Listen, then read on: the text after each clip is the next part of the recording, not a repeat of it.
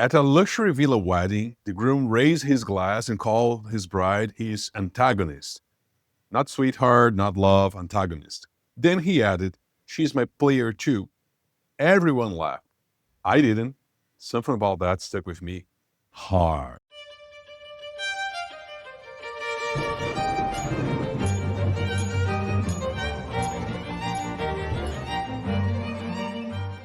In this video, I will show you something very important about why you get triggered and how that can affect so much the moment in your life that you're trying to make changes. You know, when you're invited to a wedding and you're not super close with any member of the family, the groom, the bride, and all that thing, you just happen to be there. Well, I learned something very important about why I get triggered and why you get triggered. And in this video, I'll show you how to understand, cope, and deal with that kind of stuff. You don't need to be angry all the time, essentially. Hi, my name is Henry Tex, and I help curious minds to figure out what's next. So picture this. Imagine you go to a fancy villa-style wedding ceremony, and you have all those amazing servants and drones flying by. You have a very affluent small group of people. It's not a wedding ceremony for extended family members. Probably there was around 50 people there, maximum. When we got there, we were excited to go to this kind of wedding, and I started to observe some signs that stuff was going off rails. First, there was a disconnect between the fanciness of the event and the families that were invited. I happen to know the groom. Picture this, imagine something very fancy. You have 3 or 4 drone operators, and you have a battalion of servants and those fancy shrimp cocktails and lobsters, and it was a very nice wedding preparation. But then I observed something that stuck with me. There was a sharp contrast between the simplicity of the guest and the setting. And although the groom, I knew him professionally, he was a client of mine, he was very successful financially speaking, multimillionaire kind of person. He was a lonesome man, I just knew it. And there was just a massive oddity because folks that were there seemed to be out of place. Anyhow, I could just sense a tension that was brewing throughout the wedding ceremony.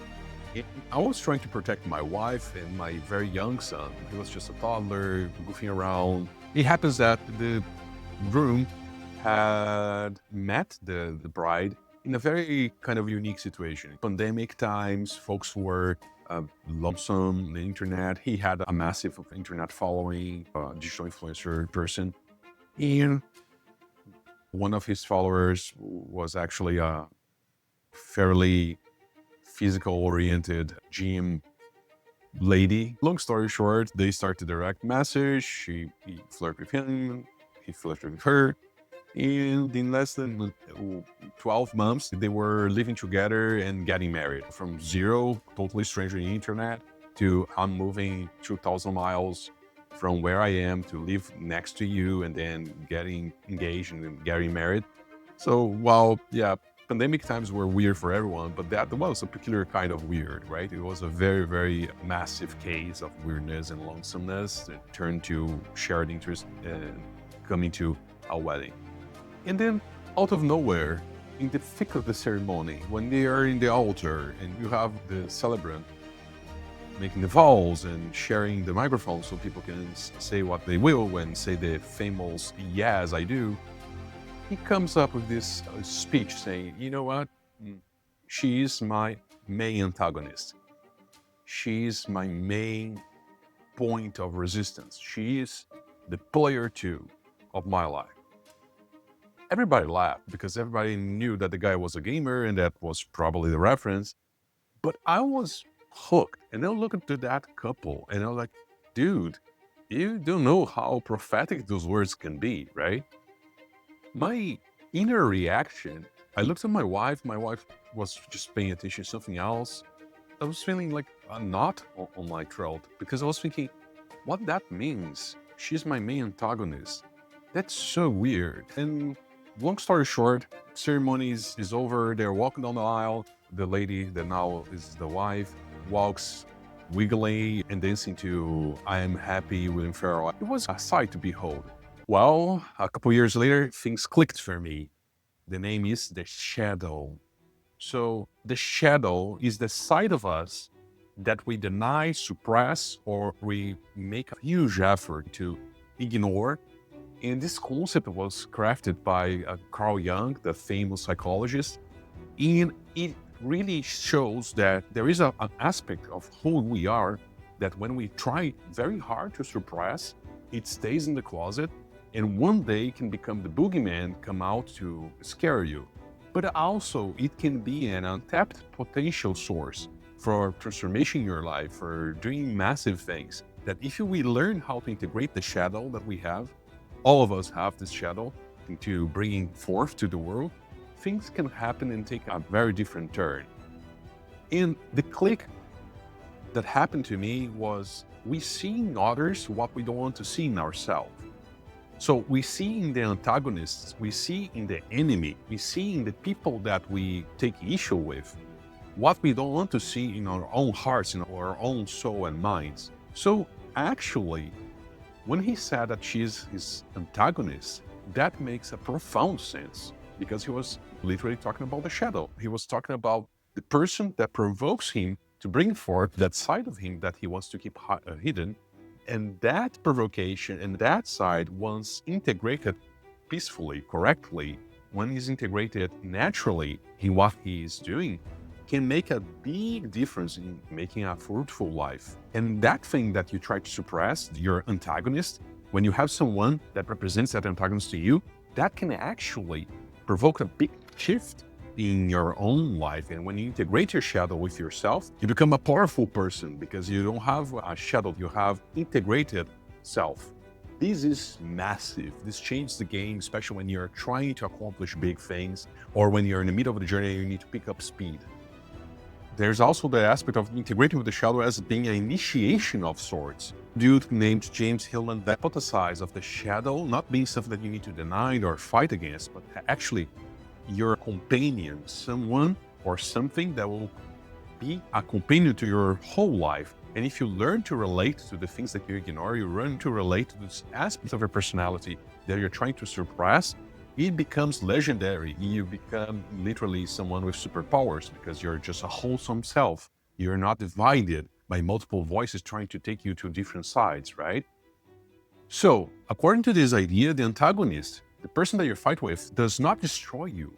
It initiates you into the actual journey that you should be embarking all along. This is powerful. The key idea is that growth does not come from agreement. Growth comes from friction. So when my dude back there was calling his wife the antagonist, he was actually being super smart because he was literally acknowledging that the friction that will come within the wedding afterwards will make them grow if they learn how to incorporate that as a feature, not a glitch, as something that helps them to become the better version of themselves. And I want to end this idea with a notion that sometimes we feel something brewing in our stomach. Sometimes we do get a little angry. Sometimes we see that there is a lion waiting to roar and to come forth. And I feel that quite frequently. It's in the very moment that you want to unleash into everyone else that you love your worst side. In the moment that you want to get out of the room and break things, is the moment that your shadow is presenting itself to you in all its power and learning to relate to it, not to only fight against it because it just grows stronger. It just gets in the shadow and lurks there, waiting for a moment of your fragility so it can come down crushing on you. If you learn how to relate to it, then something else starts to happen because you start to observe yourself before you let your shadow take over you. You start to understanding that there are sides of you that are not all pretty. And again, sometimes I do feel a little angry. And I want to share with you my own journey of dealing with this side of that's not pretty. So think about this. Think about the person that has been your antagonist right now. The person that you have been fighting against, creating all sorts of tensions.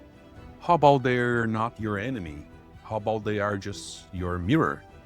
A mirror that sometimes brings to you the sides of you that you don't want to look at all, that you want to keep in the darkness, right? When we get a little angry, we are experimenting the shadow confrontation. Walk with me so we can see how deep this goes, how deep is the rabbit hole, and how can we transform the shadow process into something that will set you free and allow you to get to your shift. Sometimes I do get a little angry, but I'm learning that's not about the person that I'm confronting. I'm learning that's about the parts of me that I need to make peace. Thank you for sticking with me, and I see you in the next part of this series that I will explore how I dealt with my own inequities, how I dealt with my own shadows.